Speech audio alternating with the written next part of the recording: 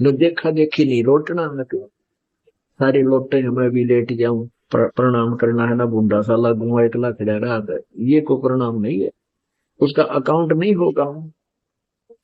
कहते हैं जय गोपाल दंडवत करो, चाहे पैरा पड़ प्रणामी, पर दुआ करो दिल पाक से, वो असला असल सलाम।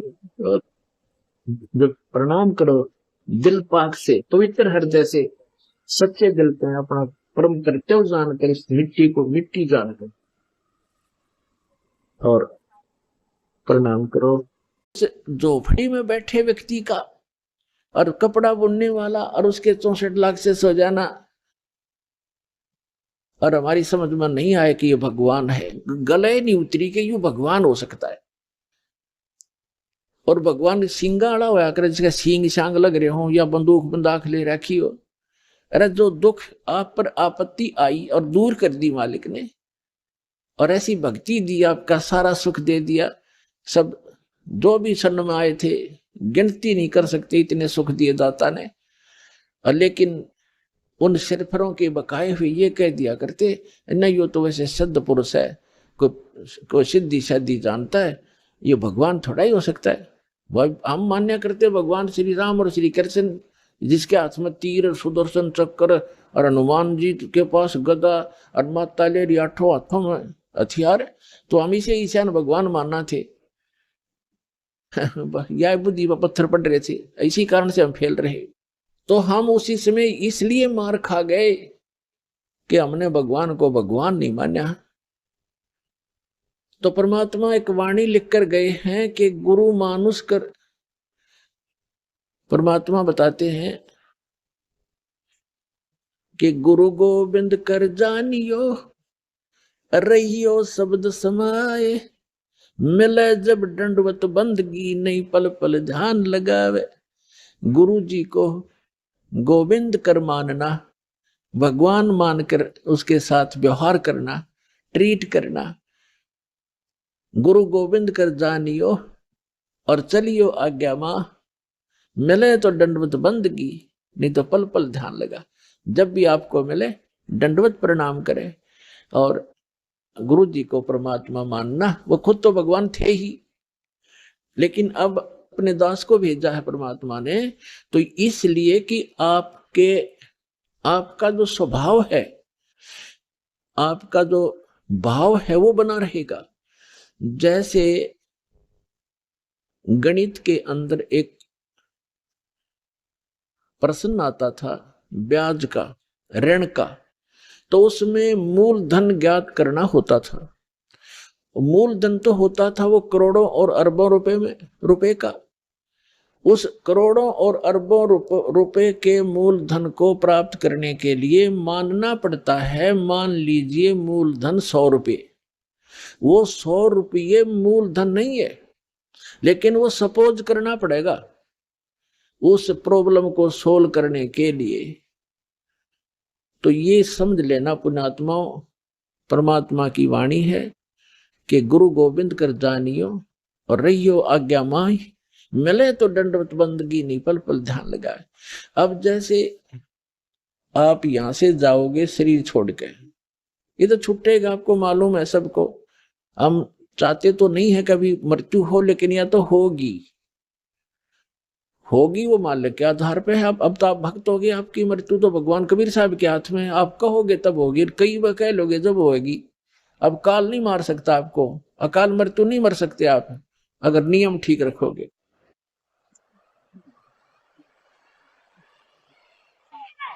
तो ये तो हमने यहां से जाना पड़ेगा। जब आप यहां शरीर छोड़कर जाओगे तो ऊपर जाकर के जहां भी आप देखोगे ये दास के रूप में वो कबीर परमेश्वर आपको खड़े दिखाई देंगे। और जो काल के दूत यहां संत आए हैं उनके रूप में वो काल उनका रूप होगा, लेकिन काल उनके संत के रूप में खड़े दिखेंगे। तो वहां जो जिस गुरु की वो शरण में है, तो वहां जाकर अपने गुरु जी के पास ही जाते हैं। तो सीधे के अपने वो खड़े गुरु जी, तो अब उसके शेष सारे उस गुरु के पास, उसके शेष उस दूसरे गुरु के पास। तो वहां काल भी आता है जो उसने संत भेज रखा है इन जीवों का नाश करने के लिए, और परमात्मा आता स्वयं जिसने अपना संत भेज रखा है जीवों का विकास करने के लिए। तो इस दास के रूप में आपको वहां परमात्मा मिलेंगे।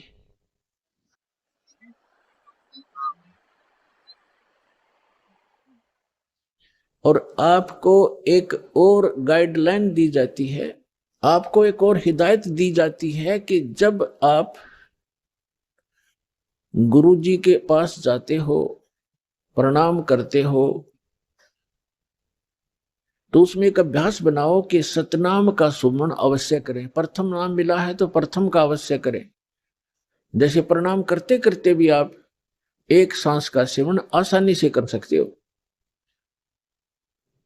और उससे क्या होगा, जैसे यहां तो आपका अभ्यास बना रहेगा, भक्ति तो करनी करनी है, तो उससे क्या होगा, जैसे आप सतलोक वहां जाओगे, एक तिरकुटी एक इंटरनेशनल एयरपोर्ट समझ लो तिरकुटी।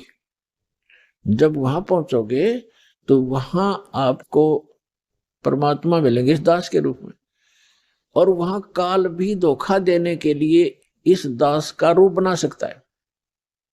तो उसमें आप जी ने सिमरन करना है सतनाम का, क्योंकि वहां जाएगा तो सतनाम ही होगा आपके पास, सारनाम तो होगा ही होगा, सतनाम भी होगा। तो सतनाम का और सारनाम का जाप करना है। तो सतनाम का जाप करने मात्र से, और प्रथम मंत्र भी अगर प्राप्त है, इसमें प्रथम और लास्ट 2 मंत्र हैं इस 7 मंत्रों में, तो ये दोनों मंत्र भी गजब के मंत्र हैं।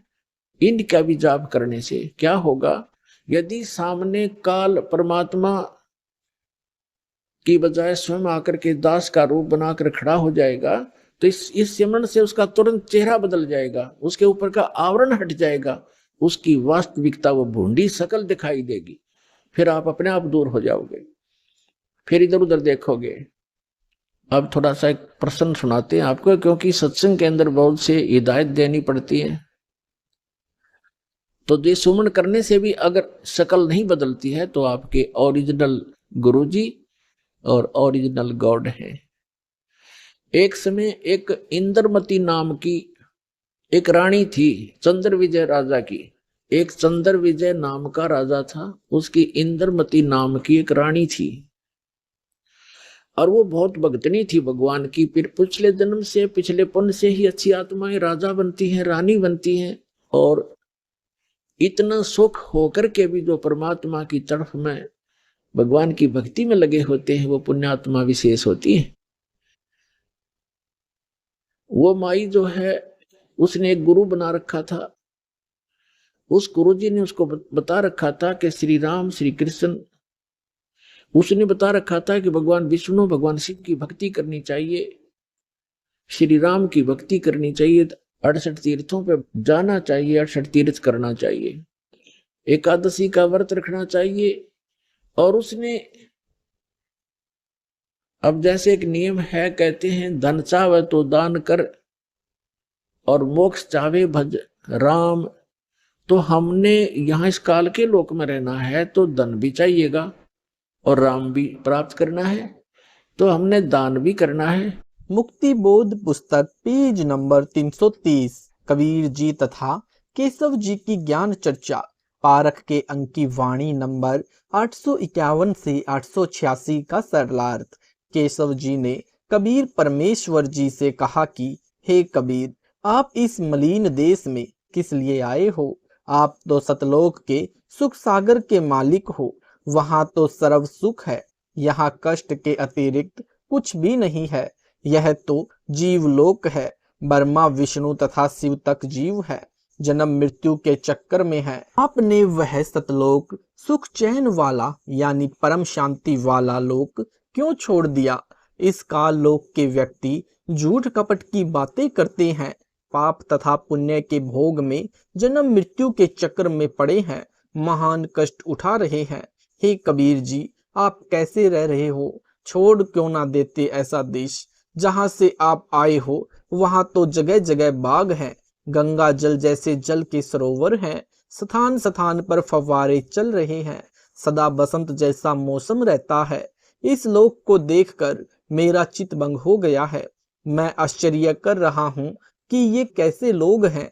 वहां तो सब निवासी मानवों के सिर पर कलंगी शोभा करती है। सुंदर देवांगनाएं यानी देवों की स्त्रियां हैं। यहाँ तो कोई भी व्यवस्था अच्छी नहीं है। न अच्छे घोड़े हैं, न सफेद हाथी हैं। धन्य है हे कबीर जी, आप पर मैं कुर्बान जाऊं। आपकी ऐसी सामान्य जिंदगी। केशव ने कहा कि इस गंदे लोक को छोड़ दे, चल अपने देश सतलोक में। ऊपर सतलोक में हीरों व लालों के पहाड़ है, यहाँ पत्थर के पहाड़ है। यह धरती तो मिट्टी की है, इसके ऊपर कदम रखने से भी पाप लगता है। यहाँ पर पांव भी ना रखना। इन सब का यानी मुर्द परोसी पिंड नासवान शरीर है, सतलोक में अमर शरीर है। यहाँ के स्त्री और पुरुष आपस में मिलन करते हैं, इसी को सबसे अच्छा भोग मानते हैं। सतलोक का भोग असंख्यों गुणा आनंददायक है। सब मानव के शरीरों में नरक भरा है, नसों में रुधिर भरा है, थूक भरा है, विष्ठा भरा है। ये दिन रात इसी नरक भरे शरीर में मस्त रहते हैं, फिर कुत्ते गधे बनते हैं। यमदूत इनके ऊपर यानी घात मारने के लिए छुप कर दांव लगाए रहता है।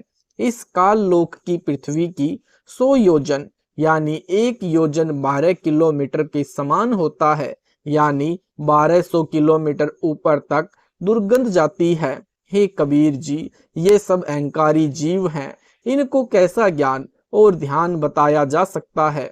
ये कैसे भक्ति करेंगे? हे कबीर जी, आप इनमें कहाँ फंसे बैठे हो? हे कबीर मन भावने यानी मेरे प्रिय सुन, आपकी बात उत्तम है। आप जैसा साधु हो ही नहीं सकता। आप इनका कल्याण चाहते हो, ये आपको कष्ट देते हैं। उस लोक में जहाँ आपका निवास है, 5 तत्व की देह यानी शरीर नहीं है। श्वास से भी उस शरीर का कोई संबंध नहीं है। बिना श्वास का अविनाशी शरीर है। Page number 331। कबीर जी का वचन। पारख के अंग की वाणी नंबर 887 से 924 का सरलार्थ। कबीर जी ने कहा कि हे केशव, मेरा निवेदन सुन। मैं सब स्थानों पर विद्यमान हूँ, मैं सर्वव्यापक हूँ। जैसे गौ बच्चे को जन्म देती है, गाय के शरीर में रुधिर भी है, गोबर पेशाब भी है, मांस भी है, हड्डियां भी है। उसी शरीर में बच्चे के लिए दूध भी बन गया है। इसी प्रकार सत्य साधना करने से इसी रुधिर व मल भरे मानव शरीर में परमात्मा भी प्रकट हो जाता है, भक्ति की शक्ति बन जाती है। Page number 332। जीव का मोक्ष हो जाता है। बच्चे के जन्म से पहले यदि गाय या भैंस के थन यानी दूधी को चीर फाड़ कर देखे तो दूध नहीं मिलेगा, मांस व रक्त मिलेगा। बच्चा उत्पन्न होने के पश्चात दूध की बाल्टी भर देती है। हे केशव, अपना सृजनहार अपने जैसा है, यानी मानव स्वरूप है, जो काल से अधिक प्रभावित है, कर्महीन है। उनको 70 युग तक तत्व ज्ञान समझाया, एक भी जीव नहीं समझा। मैं घर घर भिन्न भिन्न वेश धारण करके जाता हूँ, समझाना चाहता हूँ, मेरे को लात मारते हैं। हे केशव सुन, मैं करोड़ों कल्पों तक बार बार सच्ची भक्ति करने की प्रेरणा करने स्वर्ग लोक, पाताल लोक तथा पृथ्वी लोक पर मैं कई बार गया आया हूँ।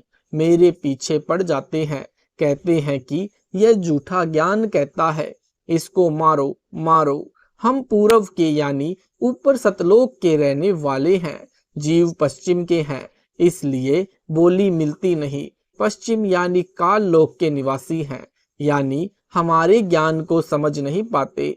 इनको काल लोक का लोक वेद पढ़ा रखा है। मेरी कोशिश है कि इनको नरक से निकालूं। जिन्होंने हमारी शिक्षा मान ली, दीक्षा ले ली, उनके काल लोक के पाप कर्मों के बंधन को समाप्त कर देता हूँ। इस बात को केशव भी सुन रहा था तथा प्रभावित हो रहा था। वे मेरी शरण वाले सत्य भक्ति करके सतलोक में चले जाते हैं, वहां पर अमर पद प्राप्त करते हैं। वे कभी जन्म मृत्यु के चक्र में नहीं गिरते। मैंने यानी कबीर जी ने अनंत करोड़ दुनिया बनाई है, अनंत करोड़ ब्रह्मांड बनाए हैं। मैं इतना सक्षम हूँ, परंतु काल जीव का नाम खंड करवा कर मेरे से दूर कर देता है। बताओ मैं क्या करूं? मैं काल को बांध दूं यानी कील दूं, किसी भी जीव को कष्ट नहीं होगा। सब सतलोक में चले जाएंगे, परंतु मेरे ज्ञान को कोई नहीं मानता है, न सुनता है। कबीर जुलाहा यह कह रहा है कि मानव की तो बात ही क्या है, पशु पक्षियों को भी सतलोक भेज दूं यानी अमन चैन कर दूं। मैं तो सदा का बंजारा यानी व्यापारी हूँ। मेरी यही सौदागरी है कि जीवों को सच्चा ज्ञान, सच्चा नाम बताकर, भक्ति करवाकर, काल बरम का हिसाब किताब करवाकर, जीव को मुक्त करवाकर सतलोक ले जाऊं। वे जीव पुण्य काल के जाल में नहीं आते। उन जीवों को अमर कर देता हूँ जो भिन्न भिन्न धर्म बनाकर काल ने आपस में लड़ा रखे हैं, भिन्न भिन्न रीति रिवाज बना रखे हैं। हिंदू मुर्दे को जलाता है, मुसलमान इसे बुरा मानते हैं, वे जमीन में गाड़ते हैं। मुझे ये अच्छा नहीं लगता। मैं चाहता हूँ कि ये तत्व ज्ञान समझे, एक हो जाएं, सत्य साधना करें, सतलोक जाएं, सदा सुखी रहें। कबीर जी ने कहा कि हे केशव यानी धनी मालिक, मैं तो आपका दास हूँ। आपकी आज्ञा से जीवों के कर्म बंधन काटता हूँ। मुझ आजीज की पुकार सुनकर आप तत्काल सहयोग के लिए उतरे हो, 9 लाख बोडी लेकर आए हो, मेरी लाज रखी है। आपके कारण भगवान की सच्ची भक्ति प्रारंभ होती है। हे केशव साहिब धनी, मैं आपका धन्यवाद करता हूँ कि आपने सब पंथों के साधुओं को पूर्ण रूप से तृप्त किया है। आप तो कामधेनु यानी मनोकामना व सब प्रकार के खाद्य पदार्थ देने वाली देवताओं की गाय के समान हो। मैं आपका छोटा सा फूल यानी बच्चा हूँ। Page number 333। आप सदा साथ रहना। आप जैसे साथी मेरे साथ हैं, फिर मुझे क्या चाहिए। मेरे सतगुरु धनी, आप माल भरकर उतरे हो। हे पूर्ण ब्रह्म केशव करतार, मेरी अर्ज सुनो। मुझ दीन का बहुत ध्यान रखना, काल लोक में मेरी सुध लेते रहना। सुनी कबीर केशव कहे, जो कुछ करो सो कीन, गरीब दास मुख्तियार तुम्हें दीन बेदीन। सुनी सतगुरु तो से कहूँ, तुम हो दीन दयाल, गरीब दास आधीन में, तुम साहिब अबदाल। अनंत कोटि ब्रह्मांड को त्यारत लगे न बार, गरीब दास के सब कहें तुम ही दारमदार। तुम ही दारमदार हो, यहाँ कलप नहीं इंच, गरीब दास के सब कहे तुमरे ही परपंच। तू परपंच आदि का अनंत जीव तुम त्यार, गरीब दास के सब कहे तुम कोली घनसार। अनंत लोकता ना तन्या, गुड्डी गांठ तुबीनी, गरीब दास के सब कहे तुम कोली परवीन। केशव जी के वचन तथा भंडारा संपन्न की वाणी, पारख के अंक की वाणी नंबर 925 से 930 का सरलार्थ। केशव ने कहा कि हे कबीर जी, आप समर्थ परमेश्वर हैं, आप जो चाहो सो कर सकते हो। हे सतगुरु सुनो, आप तो दीन दयाल हो, मैं आपके अधीन हूँ। आप समर्थ परमेश्वर हो, आपको अनंत कोटि ब्रह्मांड को पार करने में कोई देर नहीं लगेगी। आप ही सर्वस्वा है, सबके मालिक हो। आप ऐसे परपंच सदा से करते आए हो, अपना भेद नहीं देते। आप सबके उत्पत्ति करता हो, मोक्षदाता हो, सुख के सागर हो, जीव के सच्चे साथी हो। आप सर्व सृष्टि का ताना बुनने वाले कोली यानी जुलाहा हो, यानी सर्व ब्रह्मंडों के रचनहार हो। पारक के अंक की वाणी नंबर 931 से 939 का सरलार्थ। केशव रूपधारी परमेश्वर कबीर जी ने सब बैलों तथा बंजारों को आज्ञा दी कि तुम सब धाम को चलो। इतना कहते ही सब चल पड़े, गंगा दरिया पार कर गए।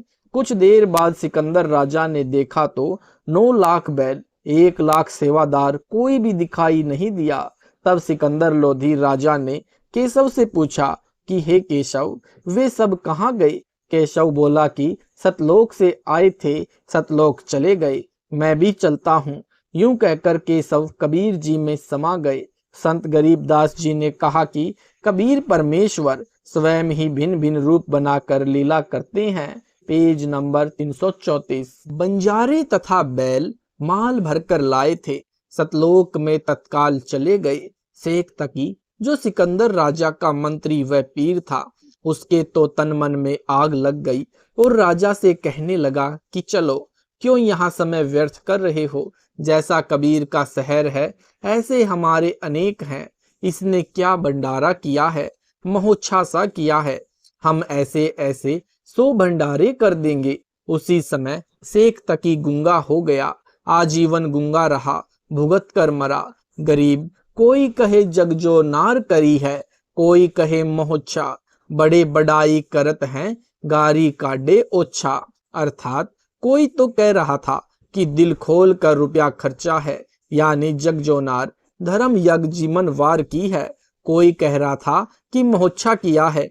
महोत्छा उसे कहते हैं जो किसी वृद्ध के लिए पंडित के द्वारा थोपा हुआ धर्म किया जाता है। उसमें घटिया कपड़ा, घटिया घी लगाता है, कंजूसी करता है, 100 के स्थान पर 10 खर्च करने की कोशिश करता है। उसे महोत्छा कहते हैं। बड़े लोग यानी अच्छी आत्मा तो यज्ञकर्ता की बड़ाई करते हैं। ओछा यानी दुष्ट आत्मा गाली देता है, उसे बिसराता है यानी घटिया बताता है। उपरोक्त वाणियों का कथा रूप सरलार्थ जब सब षड्यंत्र फैल हो गए तो सब काशी के पंडित काजी मुल्लाओं ने सभा करके निर्णय लिया कि कबीर एक निर्धन जुलाहा है। हम इसके नाम से पूरे हिंदुस्तान में चिट्ठी भिजवा देते हैं कि कबीर सेठ पुत्र नीरू जुलाहा कॉलोनी बनारस वाला 3 दिन का भोजन भंडारा करने जा रहा है।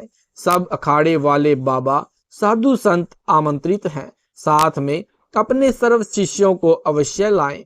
3 दिन प्रत्येक भोजन के पश्चात प्रत्येक साधु संत, ब्राह्मण, काजी मुल्ला, पीर, पैगंबर, ओलिया को एक दोहर, एक मोहर तथा जो कोई सूखा सीधा भी लेना चाहे तो वह भी दिया जाएगा। दोहर एक लोई होती थी जो उस समय की सबसे महंगी तथा उपयोगी कंबल मानी जाती थी, जिसको अमीर लोग ही ओढ़ते थे। मोहर लगभग 10 ग्राम सोने से बना, वर्तमान कीमत लगभग 30,000 रुपये है। उस लोई की कीमत वर्तमान में 10,000 से कम नहीं है। सर्व संपत्ति से यह निर्णय लेकर पत्र भिजवा दिए। दिन निश्चित कर दिया गया। निश्चित दिन को 18 लाख साधु संत, ब्राह्मण, मंडलेश्वर अपने अपने सर्व शिष्यों सहित पहुंच गए। सबको लालच था कि प्रत्येक भोजन के पश्चात उपरोक्त दक्षिणा मिलेगी, इसलिए अपने अपने सर्व शिष्यों को मंडलेश्वर ले आए कि अच्छा माल मिलेगा, सूखा सीधा भी मिलेंगे। इस महीने का खाने का तथा कई कई हजार का सोना तथा लोई मिलेगी, बेचकर काम चलाएंगे। कबीर परमेश्वर ने 2 रूप में अभिनय किया। एक रूप तो अपनी कुटिया में बैठे रहे, दूसरे रूप में अपने सतलोक से 9 लाख बैलों पर थैले रखकर पक्का पकाया सामना यानी पका पकाया सामान तथा सूखा सामान तथा दोहर मोहर भरकर ले आए, यानी बोरे जो वर्तमान में गधों पर रखते हैं। उस समय बंजारे अर्थात व्यापारी बैलों पर रखकर माल एक मंडी से दूसरी मंडी में ट्रांसपोर्ट करते थे।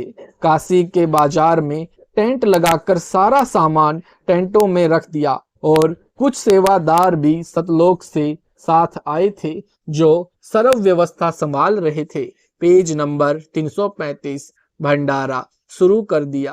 3 दिन तक चिट्ठी में लिखे अनुसार सर्व दक्षिणा दी गई। उस समय भोजन भंडारे में दिल्ली का राजा सिकंदर लोधी भी आया था तथा उसका निजी पीर शेख तकी भी आया था। शेख तकी उपरोक्त षड्यंत्र का मुख्य सदस्य था। उसने सिकंदर लोधी को भी पत्र भिजवाया। वह चाहता था कि किसी तरह सिकंदर लोधी के दिल से कबीर जी उतरे और मेरी पूर्ण महिमा बने। उस शेख का अनुमान था कि अब की बार कबीर काशी से भाग जाएगा और भंडारे में पहुंचे साधु कबीर को गालियां दे रहे होंगे। राजा भी कबीर जी का फैन नहीं रहेगा। परंतु जब भंडारे के स्थान पर पहुंचे तो देखा लंगर चल रहा है, सर्व दक्षिणा दी जा रही है। सब साधु तथा अन्य व्यक्ति भोजन खाकर दक्षिणा लेकर कबीर सेठ की जय जयकार कर रहे हैं। बादशाह सिकंदर लोधी ने पता किया कि भंडारा करने वाला कहाँ है। बताया गया कि उस सामने वाले बड़े टेंट में है। राजा तथा शेख तकी उस तंबू में गए और पहले अपना परिचय दिया, फिर उसका परिचय पूछा।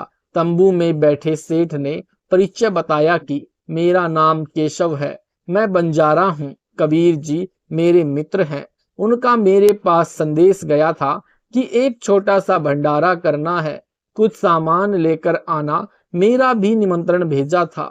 राजा सिकंदर लोदी ने पूछा कि कबीर जी क्यों नहीं आए। केशव रूपधारी परमेश्वर ने कहा, मैं जो बैठा हूँ उनका नौकर, वे मालिक हैं, इच्छा होगी तब चले आएंगे। उनकी कृपा तथा आदेश से सब कुछ ठीक चल रहा है, आप जी भी भोजन करें। राजा ने कहा, पहले उस सुभान अल्लाह के दर्शन करूंगा, बाद में भोजन करूंगा। यह कहकर हाथी पर बैठकर राजा सिकंदर कबीर जी की कुटिया पर पहुंचे। साथ में कई अंगरक्षक भी थे। कबीर परमेश्वर जी को संत रविदास जी ने सुबह ही बता दिया था कि हे कबीर जी, आज तो विरोधियों ने बनारस छोड़कर भगाने का कार्य कर दिया। आपके नाम से पत्र भेज रखे हैं और ऐसा ऐसा लिखा है। लगभग 18 लाख व्यक्ति साधु संत लंगर खाने पहुंच चुके हैं। कबीर जी ने कहा कि मित्र, आजा बैठ जा, दरवाजा बंद करके सांगल लगा ले। आज का दिन बिताकर रात्रि में अपने परिवार को लेकर भाग जाऊंगा, कहीं अन्य शहर गांव में निर्वाह कर लूंगा। जब उनको कुछ खाने को मिलेगा ही नहीं तो जल्ला कर अगाली गलोच करके चले जाएंगे। हम साकल खोलेंगे ही नहीं।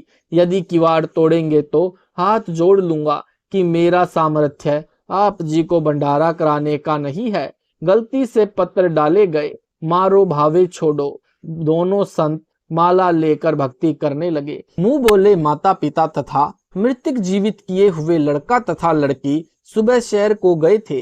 इतने में दिल्ली के बादशाह सिकंदर लोदी ने दरवाजा खटखटाया। संत रविदास जी ने कहा, प्रभु लगता है कि अतिथि यहाँ पर भी पहुंच गए हैं। कबीर जी ने कहा कि देख, सुराख से बच्चे तो नहीं आ गए हैं। रविदास जी ने देखकर बताया कि नहीं, कोई और ही है। 2-3 बार दरवाजा खटखटाकर राजा सिकंदर ने अपना परिचय देकर बताया कि आपका दास सिकंदर आया है, आपके दर्शन करना चाहता है। परमेश्वर कबीर जी ने कहा, राजन, आप दरवाजा नहीं खोलूंगा। मेरे नाम से झूठी चिट्ठियां भेज रखी है। लाखों संत भक्त पहुंच चुके हैं। रात्रि होते ही मैं अपने परिवार को लेकर कहीं दूर चला जाऊंगा। सिकंदर लोदी ने कहा, परवरदिगार, आप मुझे नहीं बहका सकते, मैं आपको निकट से पहचान चुका हूँ। Page number 336। आप एक बार दरवाजा खोलो, मैं आपके दर्शन करते ही जलपान करूंगा। परमेश्वर की आज्ञा से रविदास जी ने दरवाजा खोला तो सिकंदर लोदी मुकुट पहने पहने ही चरणों में लौट गया और बताया कि आप अपने आप को छिपाकर बैठे हो। आपने कितना सुंदर भंडारा लगा रखा है। आपका मित्र केशव आपके संदेश को पाकर सर्व सामान लेकर आया है। आपके नाम का अखंड भंडारा चल रहा है। सर्व अतिथि आपके दर्शनाभिलाषी हैं। कह रहे हैं कि देखे तो कौन है कबीर सेठ जिसने ऐसे खुले हाथ से लंगर कराया है। मेरी भी प्रार्थना है कि आप एक बार भंडारे में घूमकर सबको दर्शन देकर कृतार्थ करें। तब परमेश्वर कबीर जी उठे और कुटिया से बाहर आए तो आकाश से कबीर जी पर फूलों की वर्षा होने लगी तथा आकाश से आकर सिर पर सुंदर मुकुट अपने आप पहना गया। तब हाथी पर बैठकर कबीर जी तथा रविदास जी व राजा चले तो सिकंदर लोदी परमेश्वर कबीर जी पर चवर करने लगे और पीलवान से कहा कि हाथी को भंडारे के साथ लेकर चल, जो भी देखे और पूछे काशी वालों से कि कबीर सेठ कौन सा है। उत्तर मिले कि जिसके सिर पर मोर पंख वाला मुकुट है वह है कबीर सेठ, जिस पर सिकंदर लोदी दिल्ली के बादशाह चवर कर रहे हैं। सब एक स्वर में जय बोल रहे थे। जय हो कबीर सेठ की, जैसा लिखा था वैसा ही भंडारा करवाया है। ऐसी व्यवस्था कहीं देखी न सुनी। भोजन खाने का स्थान बहुत लंबा चौड़ा था। उसमें घूमकर फिर वहां पर आए जहां पर केशव टेंट में बैठा था। हाथी से उतरकर कबीर जी तंबू में पहुंचे तो अपने आप एक सुंदर पलंग आ गया। उसके ऊपर एक गद्दा बिछ गया, ऊपर गलीचे बिछ गए जिनकी झालरों में हीरे पन्ने लाल लगे थे। टेंट को ऊपर कर दिया गया जो दो तरफ से बंद था। खाना खाने के पश्चात सब दर्शनार्थ वहां आने लगे।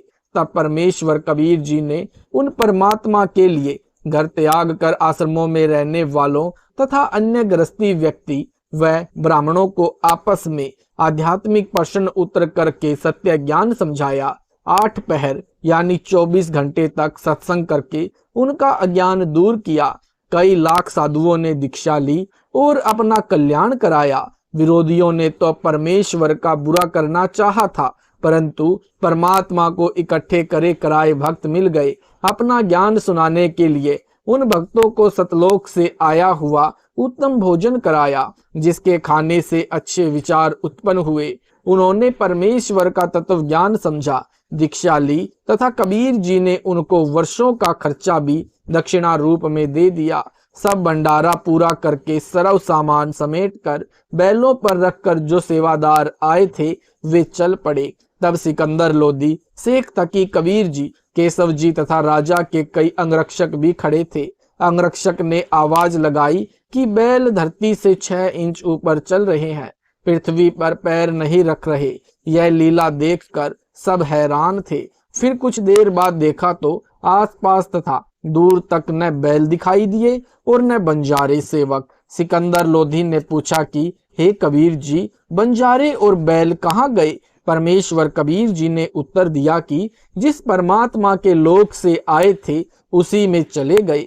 उसी समय केशव वाला स्वरूप देखते देखते कबीर जी के शरीर में समा गया। सिकंदर राजा ने कहा, हे अल्लाहू अकबर, मैं तो पहले ही कह रहा था कि यह सब आप कर रहे हो, अपने आप को छिपाए हुए हो। शेख तकी तो जल बुन रहा था, कहने लगा कि ऐसे भंडारे तो हम अनेकों कर दें, यह तो महोच्छा सा किया है, हम तो जग जो नार कर दें। महोच्छा कहते हैं वह धर्म अनुष्ठान जो किसी पुरोहित द्वारा पितृ दोष मिटाने के लिए थोपा गया हो। उसमें व्यक्ति बताए गए नग मन मार कर मस्ती सस्ती कीमत के लाकर पूरे करता है, हाथ सिकोड़ कर लंगर लगाता है। जग जोनार कहते हैं जिसके घर कई वर्षों उपरांत संतान उत्पन्न होती है तो दिल खोल कर खर्च करता है, भंडारा करता है तो खुले हाथों से। संत गरीबदास जी ने उस भंडारे के विषय में जिसकी जैसी विचारधारा थी वह बताई। गरीब कोई कहे जग जो नार करी है, कोई कहे मोहच्छा, बड़े बड़ाई करया करें, गाली काढ़े ओछा। भावार्थ है कि जो भले पुरुष थे वे तो बड़ाई कर रहे थे कि जग जो नार करी है, जो विरोधी थे ईर्ष्यावश कह रहे थे कि क्या खाक भंडारा किया है, यह तो मोहच्छा सा किया है। जब शेख तकी ने ये वचन कहे तो गूंगा तथा बहरा हो गया। शेष जीवन पशु की तरह जिया, अन्य के लिए उदाहरण बना कि अपनी ताकत का दुरुपयोग करना अपराध होता है, उसका भयंकर फल भोगना पड़ता है। केशव आन भया बंजारा, सटदल की नीहांस। परमेश्वर कबीर जी स्वयं आकर केशव बंजारा बने। शटदल कहते हैं गिरिपुरी नागनाथा पंथ, वैष्णव सन्यासी सेव आदि 6 पंथों के व्यक्तियों को जिन्होंने हंसी मजाक करके चिट्ठी डाली थी।